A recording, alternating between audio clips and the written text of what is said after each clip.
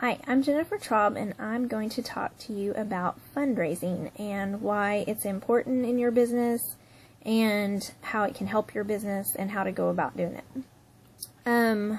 First of all, half the reason that I got into Scentsy was because of the motto of give more than you take.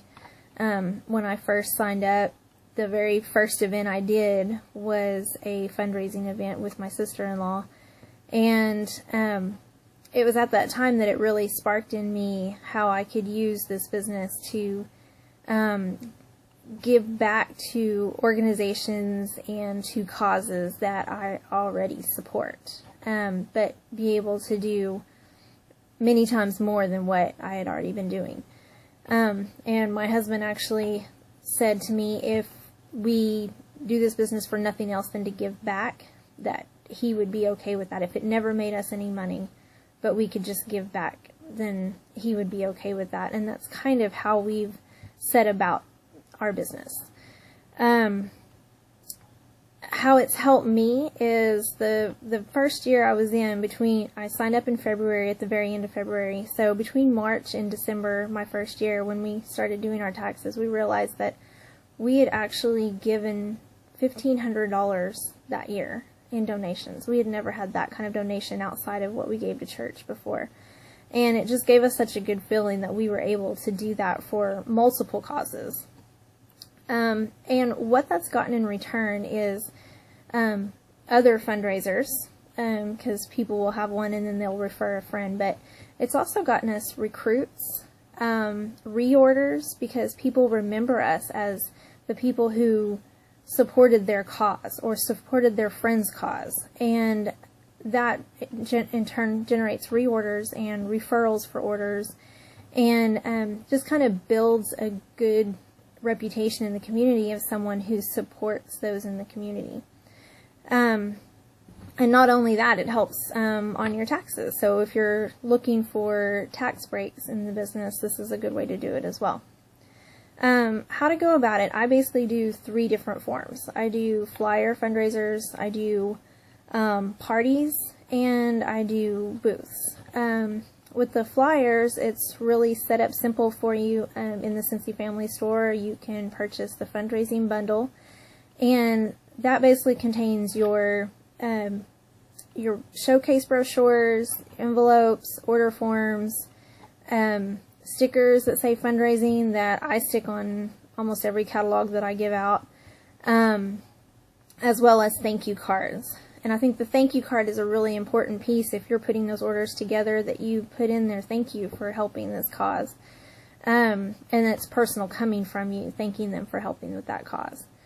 And those are good for if you're doing multi-participant fundraising, like schools or dance studios, things like that, where you want to put a packet for each participant together, because that also gives you a place to put in any tax tables or prize sheets or anything like that, as well as it gives them a place to put the orders and the money and keep it all gathered together for you when they need to turn it into you to place the order.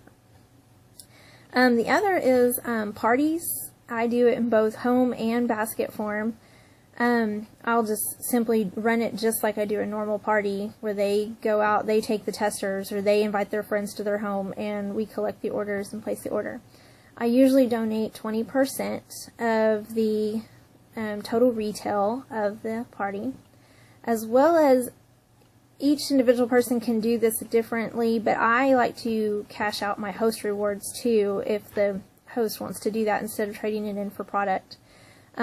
What I'll do is I give them the cash value of the product credit, as well as typically I do $10 for every half price item, and that just gives them an extra little bump on their donation level. And then booths are I've set up at different things. I've seen churches that are having garage sales, and I'll go set up at their garage sale and donate a portion to the garage sale. I've done just different things like that. My mom's school carnival has vendors come in, and I'll set up there and donate back to the carnival. Things like that is where I'll do some extra things on the side, just strictly boost sales and not dealing with an actual host. Places that you can look for fundraising. A lot of people say, I don't know even where to begin to look for. Talk to your kids' schools, your churches. I do multiple different churches, mission fundraisers, because there's always somebody going on a mission trip, and those are expensive. And so every $100 to $200 here and there really adds up for them. I've been kind of known as a Facebook stalker almost, of anybody putting on, hey, we're trying money for this cause, I donate to it. I tell them, hey, let's do some Scentsy and we'll donate to it. I've done things for helping couples get adoption funds. I have 2 different groups right now. One's a leukemia walk group, one's a Susan G. Komen walk group, that we have 2 fundraisers a year for both of those groups. And so it's just knowing your friends, watching their Facebook post, and just seeking out the organizations that you yourself are already involved in, like a karate dojo or a cheerleading group, and just offering them. Everybody needs a chance to get some extra money, and you could be the one there to offer that. So in a nutshell, it all comes back.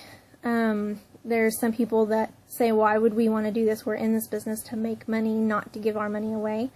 And honestly, that's a very closed-minded concept. The more you give, the more you get back. And so if you make fundraising a core essential to your business will grow, your business will thrive, and you will see the return that you're hoping to get. Thank you. Have a good day.